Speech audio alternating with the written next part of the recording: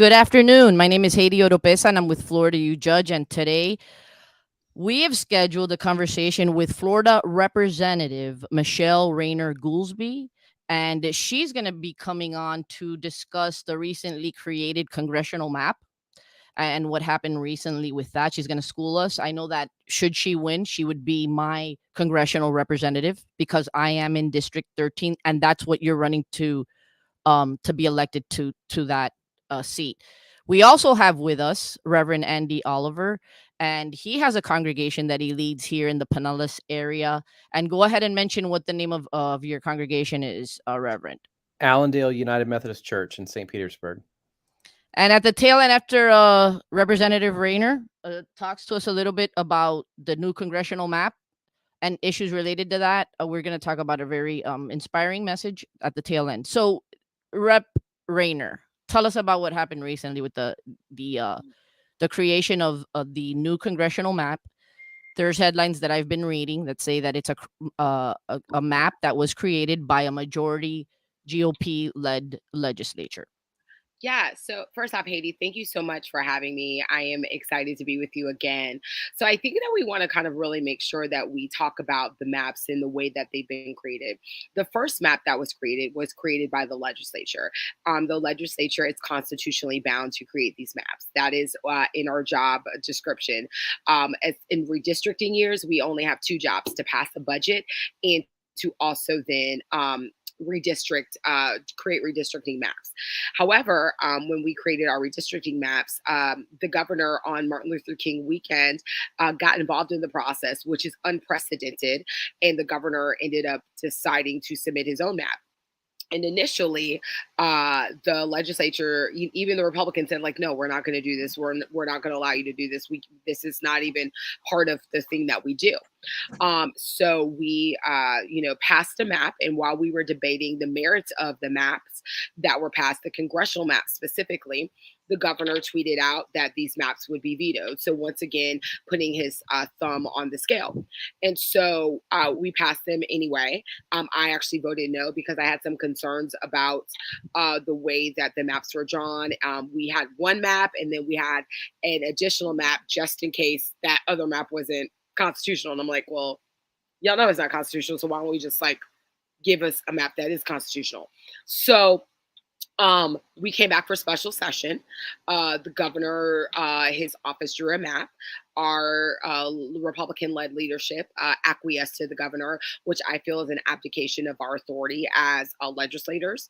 And the map was passed. And unfortunately, this map that was passed, it actually diminishes and erases two majority-minority access districts. So two black seats that we've had, they are now gone. Since 1865, the first time that we had black representation in Congress was in 1992 with Carrie Meek. So think about this, from 1865 to 1992.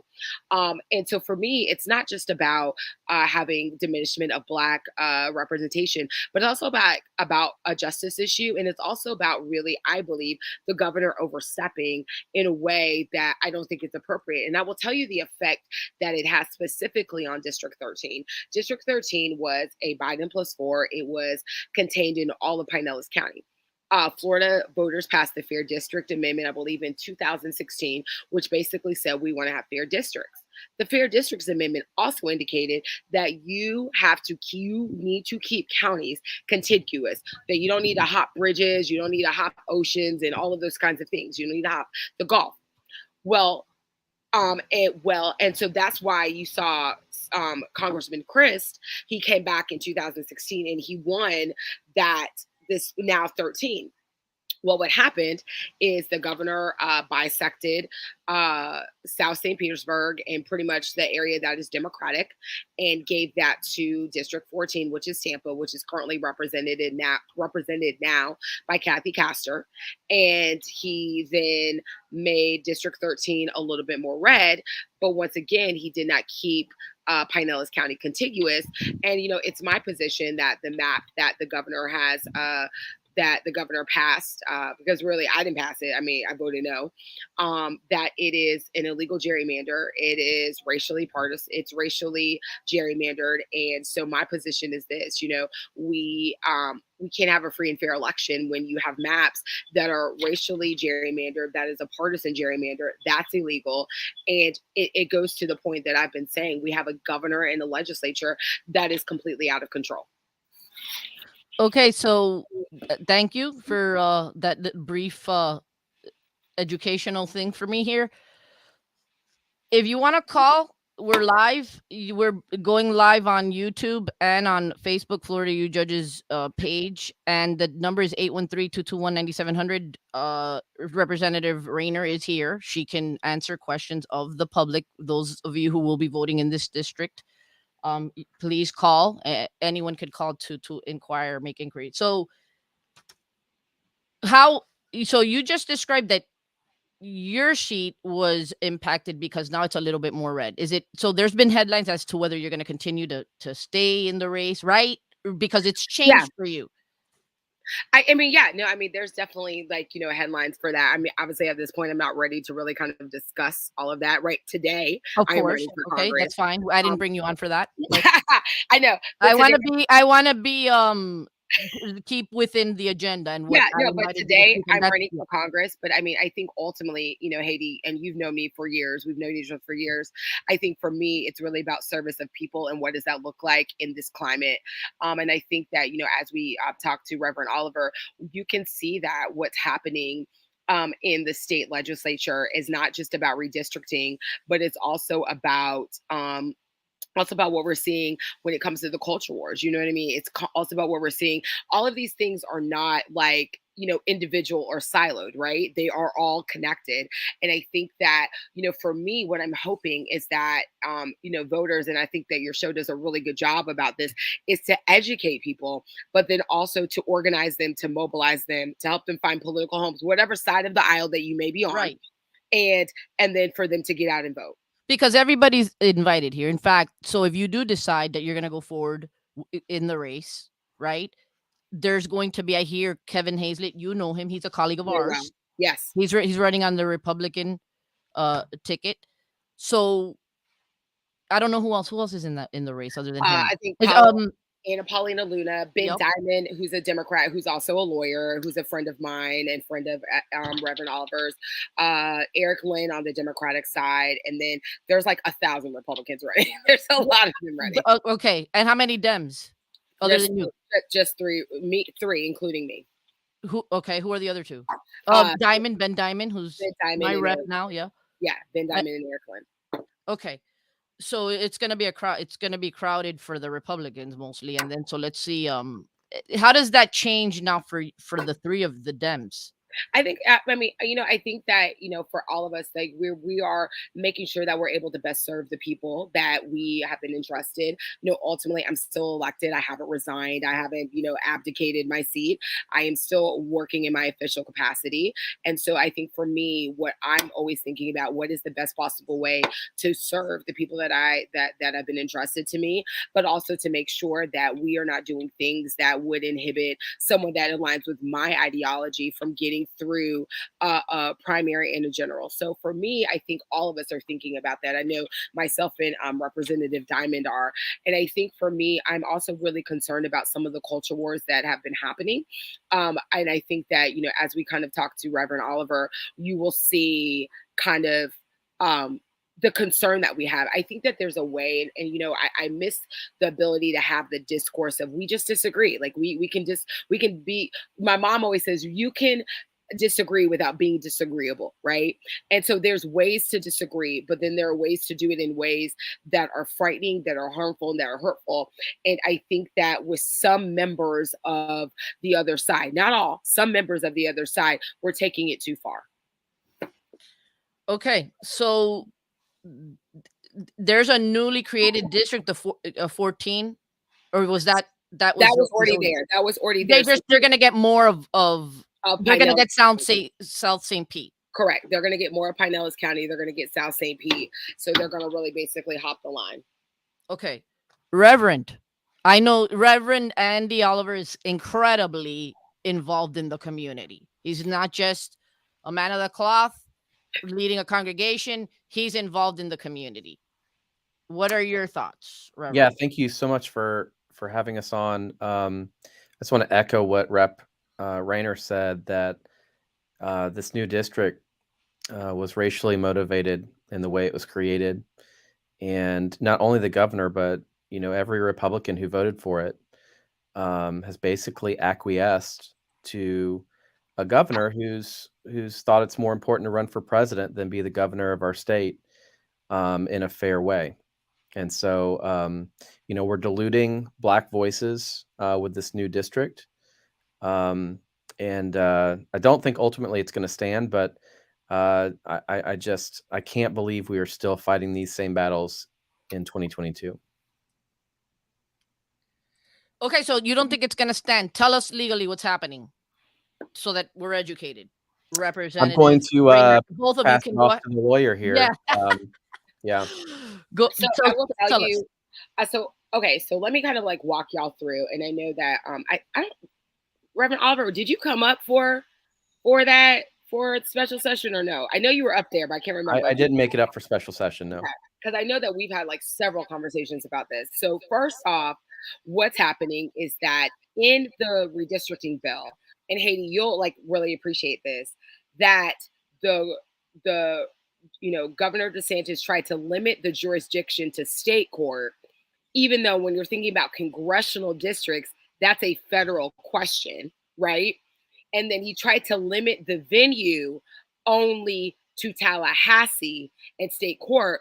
But we also know as attorneys, if I am harmed in Pinellas County, I have the right to bring my issue, dispute, my lawsuit in Pinellas County. You can't tell me I have to go to Broward County to do that. So that's one of the issues. So now you have lawyers who have filed in state court, but who've also filed in federal court. So where we're first at is we got to figure out what jurisdiction and venue is proper. So that's number one. Number two, there has been an injunction that was filed based on CD5, which is North Florida, the Al Lawson seat. That is a majority minority Black district seat, which has been cut up basically to take away any Black representation of Duval County, of Gadsden County, which is one of the most populous Black counties in the state. And so there's been an injunction filed. I believe the hearing, if it's not today, it was yesterday. And that's only for that seat. So it depends what the court is going to do. I did see yesterday that the plaintiffs, so basically I think it's Equal Ground, Florida Rising, League of Women Voters, they asked for one of the lawsuits, and I think that's in state court. They asked for the governor to be added as a defendant. So the judge is still ruling on that. So the long and short answer of this is this will not be resolved before the primary election and before the general election. We will be going through court for the next 2 to 3 years while this is working its way through the system. Okay, so and then ultimately, when what's the redress? What's the remedy later? The term would have been served, right? Right. What will probably happen is that they will do what they did before, a special election. So a special election will occur, once again, costing more money, more time. And you have to understand, when the governor is defending these lawsuits, it's not him paying out of his pocket, it's taxpayers who are paying. And I believe his lawyers are $650 an hour. So it's not, it's you, your mom, my mama, Reverend Oliver, it's all the people that live here in this state that are paying. And literally, the governor, on several occasions through his counsel, has admitted that they know this isn't legal. So, but he wants to be able to deliver a win for the national party and to say, look, listen, I can lead the party. I gave the House majority back to the Republicans. And you're doing it on the backs of people when, Haiti, we have an affordable housing crisis. We have a property insurance crisis. We have food desert issues. We have job issues. And my thing is this, I've worked across the aisle and worked with Republicans to get stuff done. That's not the issue. If we're here to work, I'm here to be, I'm there. I'm all in. But what I'm not all in for is people for their own political power and gain, no matter what party you're a part of. Okay, so If he hadn't involved himself, what would the map have looked like? I think you The did map would mention. have stayed the same. The map would have stayed the same. If he hadn't involved himself, you would have had the 4 black districts that we had, and this district 13 would have stayed the same. And that includes the Republican members of the legislature. They just would have allowed the same, Correct. but then Correct. he intervened and he jacked everything up. Correct. And because what I've been hearing from Republican colleagues is that he threatened to primary them. He threatened to put people in their races. He threatened to line item veto their appropriations. So it's not just, oh, we're going to acquiesce because we agree with him. I've heard directly from Republican colleagues that they are afraid that he would be, retaliatory. All right. Well, anybody that would like to come on after this broadcast to, in fairness, to give your side of what's being said here, you're welcome to contact me, and we'll do another broadcast. And of course, Michelle would be able to come back on there, so it's fair, so both sides get to speak. But okay, so what do we do? You're saying it's going to take a long time at taxpayer expense. So if it turns out that later on it is an illegal map, then somebody benefited for some years holding that seat. So what do we do now, short of waiting on whatever legal outcome that there will be? What do the people do I think to try to see that they get fair representation? I would think one, and I know, and I'll also kind of kick this over to Pastor Oliver. But one of the things I've been saying is that you organize, that you mobilize, you find a political home. So whether it's an organization, whether it's a place of worship, whether it's a candidate, and you vote. And I think that that's what's incumbent on the people. And I mean, Pastor Oliver, I want to probably kick it over to you because I think that your church has a beautiful way of doing this in a way that is very authentic and community focused. Yeah, I mean, when we look at where people are suffering right now, whether it's the housing crisis, not having enough, or finding out one day that their rent's going to be doubled 30 days later, or they're going to be evicted, people not able to live where they need to work. And then we look beyond that and the ways that our school boards have been taken over by a vocal minority that have wreaked havoc. And our schools are being defunded left and right. We've got to organize and vote like we've never voted before. We see what happened even on the Supreme Court level. We have to, I think the GOP has taken it a few steps too far, and we need to rein things back in. All right, so we are going to now. We have a little bit over 10 minutes left. And again, if you'd like to call and engage Florida Representative Michele Rayner or Reverend Andy Oliver, you can call. The call-in number is 813-221-9700, or you can comment. You can comment, and I'll go ahead and publish the comments or questions to them. I want to segue now into a story that I was able to see by getting on my feed with Reverend Andy Oliver's Facebook page recently, after we read of the headlines with, and he explained that to a little bit to us, Rep Rayner, what happened with Walt Disney and that whole feud. And then on the heels of that, it got very heated, and then all of a sudden there's protest at Reverend Andy Oliver's congregation. And we'll go ahead and we'll show the post where I stumbled upon that post, and that's why I brought him on, because I was happy to see the reaction of the congregation, and how you yourself, Rep Rayner, Goolsby, you spoke at the pulpit, and you urged for us to lead despite disagreements with love. So tell us a little bit about what happened that led to that protest. And I will let I'll talk a little bit about it, and then I will let Reverend Oliver talk about it. Obviously, we know that during the special session with Congressional Maps, that the governor indicated that he was going to basically penalize and punish Walt Disney World because they disagreed with him on the Don't Say Gay bill. And then what we saw, I think, what led up to what happened at Reverend Oliver's church is that we saw that books were being banned, like math books were being banned, because if it had anything to do with race, this false idea of CRT, that like basic math books were being banned. And so anybody who knows Allendale United Methodist Church, they always have a thought-provoking message on their kind of on their church marquee. And then Pastor Oliver, I'll let you take it over. Yeah, looking at everything DeSantis had done, we thought it was time to say something on our marquee, and so we put up a simple sign that said, "DeSantis is banning math books because he only knows division." And it wasn't just speaking to the math book situation isolated by itself. It's everything. The way that he's governed is by division. All of these bills that he has passed and rammed through, even by threatening some of his people in his own party, have been bills to cater to the far right in our state. And these are bills that he is seeking to divide our people in order to run for a higher office.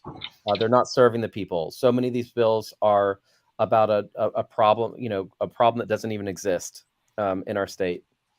And so we needed to say something. And so as a result of that, it sparked a protest to happen on Sunday morning. And there were about 25 people who came. Now, the sad part about the protest, I obviously support free speech and want everyone to be able to have that right.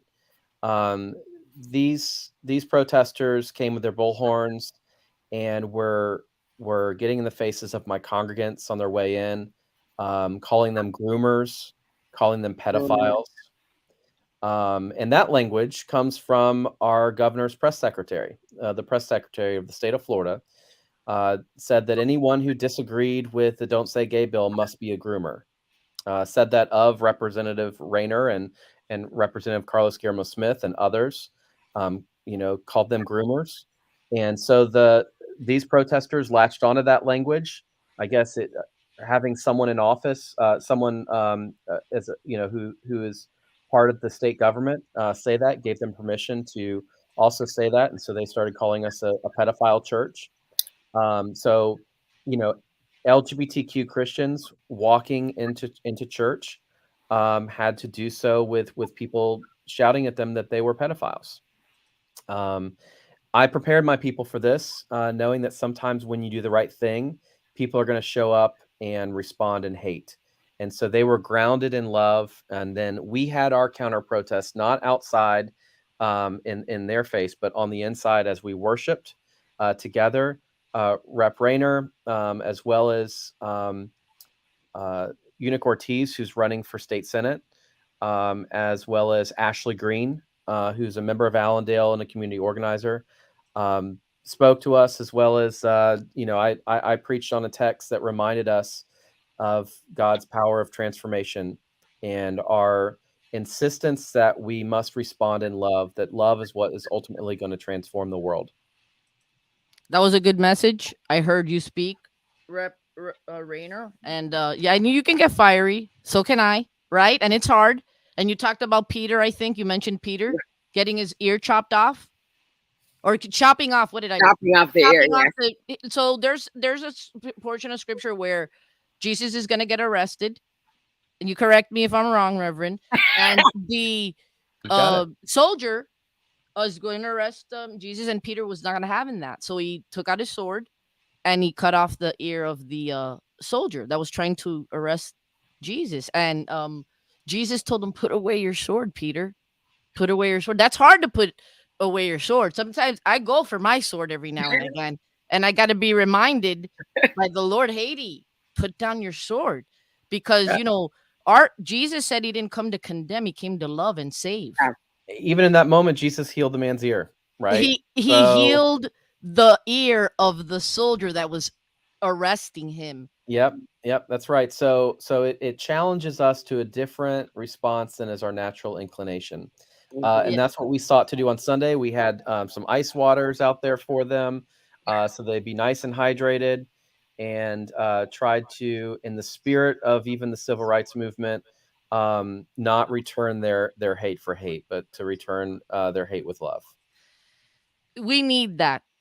We need that, Reverend, in this country. I've never seen our country as divided and it, you know what? I think that this can be said for everyone. It doesn't matter what political ideology. It gets anxiety producing when instead of, I want you to speak, we have 5 minutes left to speak to this. Why can't we just be, despite differences and disagreements, why can't we put away the hate and the anger and break bread? Just sit at a table and break bread and try to understand each other. Isn't that the path? Instead of feuding and insulting and fighting, that's a scary world to live in. We're going to disagree. There's going to be disagreements, and sometimes people might be wrong today and evolve and change, but because of love and because of breaking bread with somebody that you don't agree with. Speak to that. Yeah, I think first, if we're going to be able to do that, we have to ignore the leaders who are trying to lead by fear. We have leaders that are trying to gain power by dividing us and making us fearful of one another. And as long as we continue to listen to those leaders, our efforts to be reconciled to one another are going to fall flat. And some of those leaders use religious communities to for support, but with disregard as to what actually scriptures teach. Okay, so it's almost like they're using these faith communities to vote for them, but there's dissonance between how they act as leaders. And so, anyways, thank you for that. Kudos to you, Rep Rayner, and to you, Reverend Oliver, for that moment that I was able to witness and say, that looks like Jesus.